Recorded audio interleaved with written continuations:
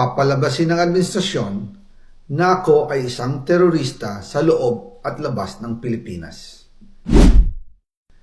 Para mailibing ako kasama ang katotohanan kahit saan man ako pumunta. Sinabi na agad sa akin ni Speaker Romualdez na kailangan ko makapag-deliver ng 2 billion pesos kada buwan para sa pagdi-deliver ng male-maletang pera patungo sa bahay ni Speaker.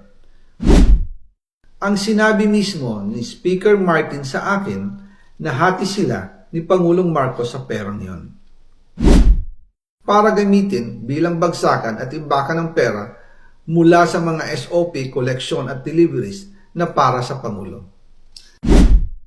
Huwag mo akong pigilan sa mga insertions ko. Huwag ka nang makialam sa budget. Ang gusto niya ng 50 billion pesos na insertion. Ngunit ang sagot ng Pangulo, humingi ka ng bago or dagdag na insertions.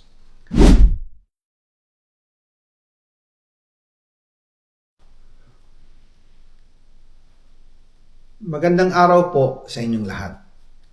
Bago ko ipagpatuloy ang aking paliwanag, nais ko munang magpasalamat sa inyo. Maraming salamat sa inyong bukas na isipan, sa inyong pasensya, at sa pagtanggap ninyo sa mga impormasyong aking ibinabahagi. Alam kong hindi madali ang mga paksang ito. Mabibigat at mahirap tanggapin. Hindi po ako makauwi dahil malaki ang banta sa buhay ko. Ngayon naman, ay meron kaming natanggap na balita. Papalabasin ng administrasyon na ako ay isang terorista sa loob at labas ng Pilipinas.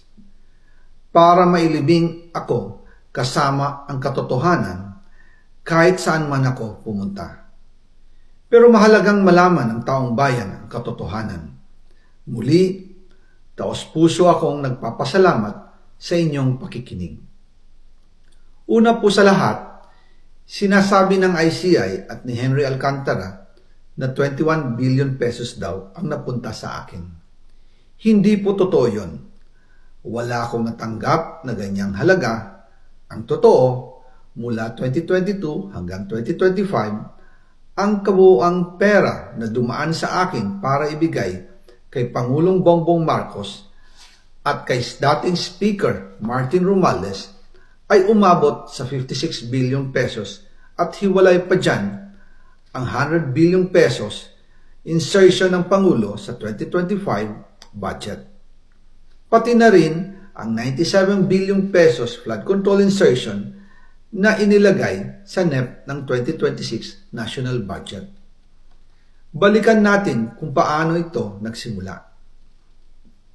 Noong 2022, kakaupo ko pa lang bilang chairman ng House Committee on Appropriations, sinabi na agad sa akin ni Speaker Romualdez na kailangan ko makapag-deliver ng 2 billion pesos kada buwan. Makalipas ang ilang araw, tumawag sa akin si Yusek Bernardo. Sabi niya, kailangan ng tulong ng Bulacan sa problema nila sa baha. Pinapunta niya sa opisina ko sa Kongreso si DPWH District Engineer Henry Alcantara. Sa naging meeting namin ni Alcantara, siya mismo ang nag-offer kung paano ang hatian sa mga proyekto ng DPWH. 22% para kay Speaker Romualdez, 2% para kay Yusek Bernardo at 1% para sa kanya. Doon po nagsimula ang tinatawag nilang deliveries. Ang sistema po ay ganito.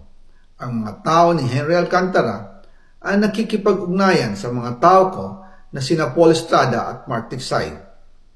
Sila ang tumatanggap na pera mula sa mga tao ni Alcantara. Minsan sa bahay ko sa Valle Verde, minsan naman sa BGC parking. Pagkatapos nilang makuha ang pera, sila Mark at Paul naman ang nag-aayos o nakikipag-coordinate sa tauhan ni Speaker Martin Romualdez na si Jocelyn Sereno para sa pagdi-deliver ng male-maletang pera patungo sa bahay ni Speaker.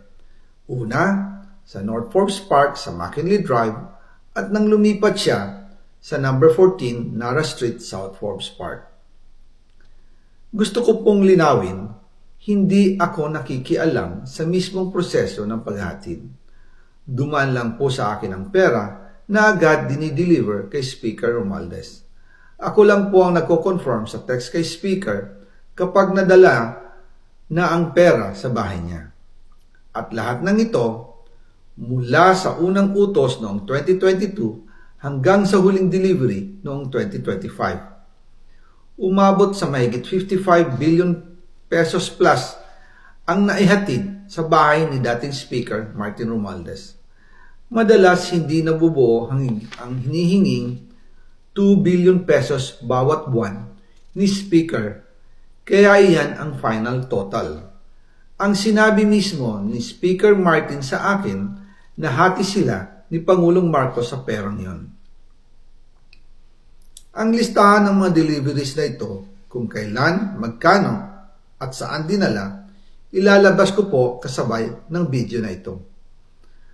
Noong November 2024, habang nasa proseso kami ng pagtatalakay ng budget, nakipag-meeting sa amin ni Speaker Martin si Yusek Jojo Cadiz. Sabi niya, masama raw ang loob ni Pangulong Marcos, wala raw siyang natatanggap na remittance. At dahil laging napapagalitan si Speaker Martin ng Pangulo mula Setyembre hanggang November, inutusan niya ako na mag-deliver ng 1 billion pesos para kay BBM.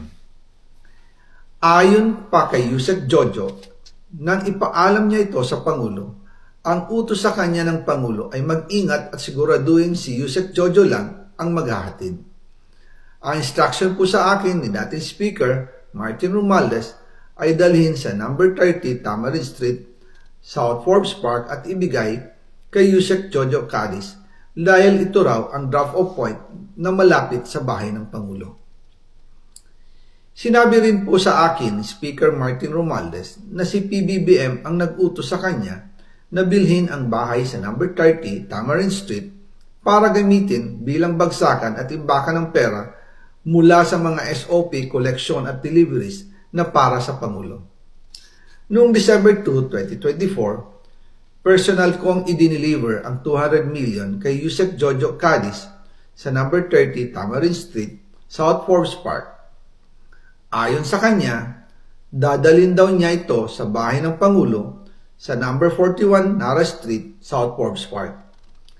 Kasunod nito, noong December 5, 2024, muli akong nag-deliver ng 800 million sa parehong address at Yusek Jojo Cadiz pa rin ang tumanggap. Sabi niya, iyon naman ay dadalhin sa bagong bahay ng Pangulo sa South Forbes Park. Sa kabuuan, 1 billion pesos ang personal kong naihatid. Ako mismo ang nagbigay ng pera, kasama ang aking driver at mga tauhan. At lahat ito ay base sa direktang utos ni Speaker Martin Romualdez. At dyan po nabuo ang kabuuang halagang 56 billion na ipinadala mula 2022 hanggang 2025. Pero kahit na na-deliver na ang 1 billion pesos para kay Pangulong Marcos at kahit na naisama na rin sa 2025 budget ang 100 billion pesos insertion sa pamamagitan ng BICAM Committee, ayon mismo sa utos ng Pangulo, nagagalit pa rin daw si BBM.